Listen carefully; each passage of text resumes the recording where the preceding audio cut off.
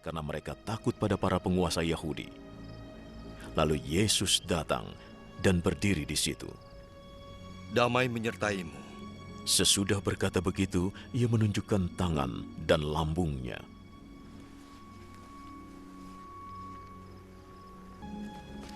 Yesus berkata lagi pada mereka, Damai menyertai kalian. Seperti Bapa mengutusku, aku pun mengutus kalian.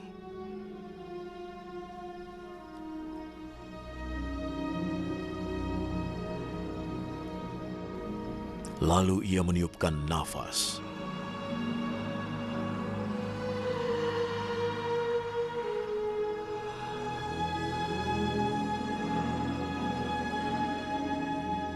Terimalah Roh Kudus.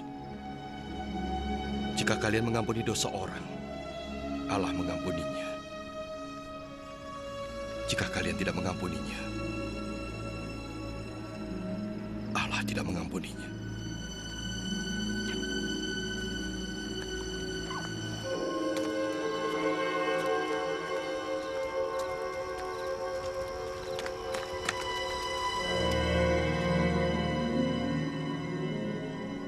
Salah seorang dari ke-12 murid, Thomas yang disebut si kembar, tidak ada ketika Yesus datang.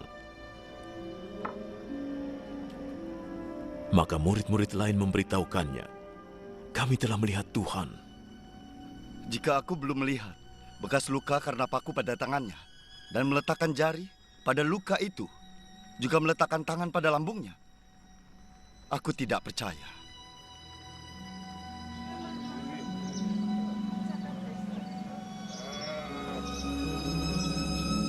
Seminggu kemudian murid-murid Yesus berkumpul lagi di tempat yang sama, dan Thomas ada juga bersama mereka.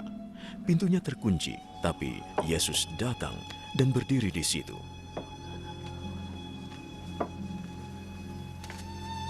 Damai menyertai kalian.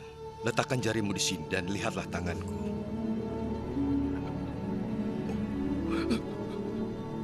Ulurkan tanganmu dan letakkan di lambungku. Jangan ragu-ragu, percayalah. Tuhanku dan Allahku.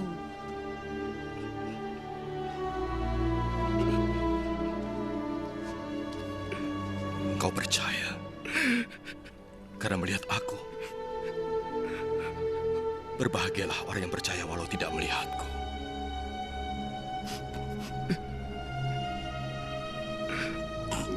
Masih banyak lagi keajaiban lain yang dilakukan Yesus di hadapan murid-muridnya yang tidak ditulis dalam kitab ini. Tetapi semua ini ditulis supaya kalian percaya bahwa Yesus adalah Mesias, Anak Allah. Nah, adik-adik, beberapa waktu yang lalu kita sudah merayakan Paskah. Apa sih Paskah itu? Paskah adalah kebangkitan Yesus. Apakah adik-adik pernah berpikir begini? Kenapa ya waktu Tuhan Yesus bangkit, dia tidak langsung naik ke sorga, tetapi dia masih ada di dunia selama 40 hari?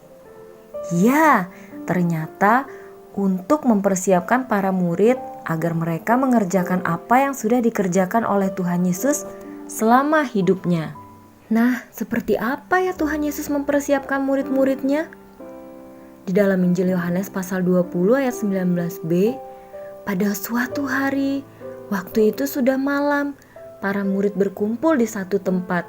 Pintu-pintu terkunci semua dengan rapat.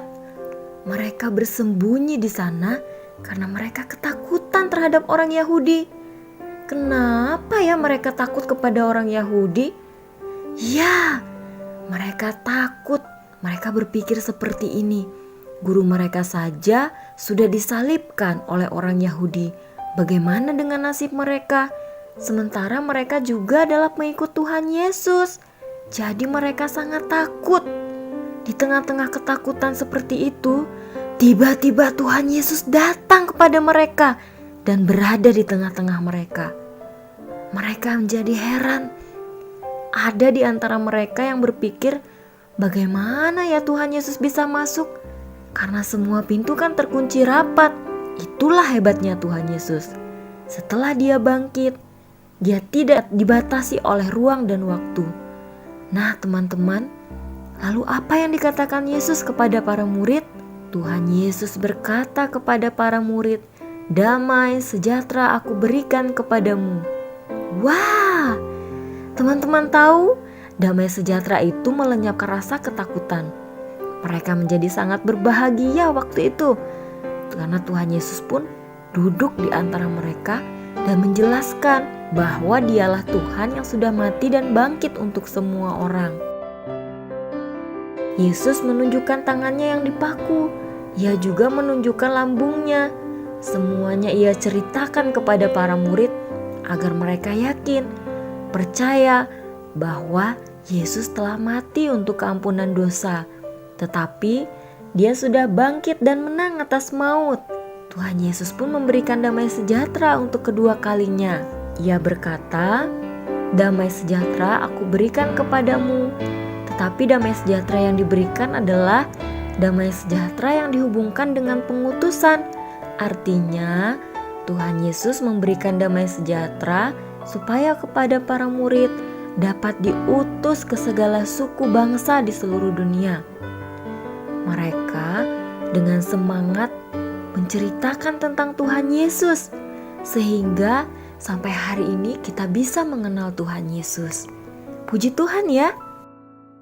Adik-adik, Tuhan Yesus datang kepada para murid ketika para murid sedang dalam ketakutan. Bagaimana dengan kita? Apakah ada di antara adik-adik yang merasa takut saat ini? Atau merasa sedih? Atau merasa kecewa? Tuhan Yesus mau datang kepada kita. Dan kalau Ia datang, Ia memenuhi hati kita dengan damai sejahtera. Artinya kita tidak takut lagi, kita tidak sedih dan kecewa lagi, tetapi kita bersuka cita, kita berbahagia karena kita memiliki damai sejahtera di dalam hati kita. Bagaimana caranya ya? Kita harus percaya bahwa Yesus itu Tuhan, satu-satunya juru selamat dunia. Tapi bagi teman-teman yang sudah memiliki Tuhan Yesus dalam hati, damai sejahtera Tuhan juga Ia berikan kepada kita agar kita berani bersaksi kepada semua orang bahwa Yesus sungguh hebat. Dia mati dan bangkit untuk kita semua. Nah, adik-adik, ceritakan kepada semua orang yang ada di sekeliling kita, kepada orang tua, kepada saudara-saudara, kepada tetangga, bahkan semua orang yang belum pernah mendengar tentang Tuhan Yesus. Ingat ya, damai sejahtera yang pertama Tuhan Yesus berikan kepada kita agar kita tidak takut, tetapi kita juga diberikan damai sejahtera yang kedua agar kita bersemangat bercerita tentang kehebatan Tuhan, bahwa Tuhan Yesus satu-satunya jalan keselamatan. Tuhan Yesus memberkati. Shalom.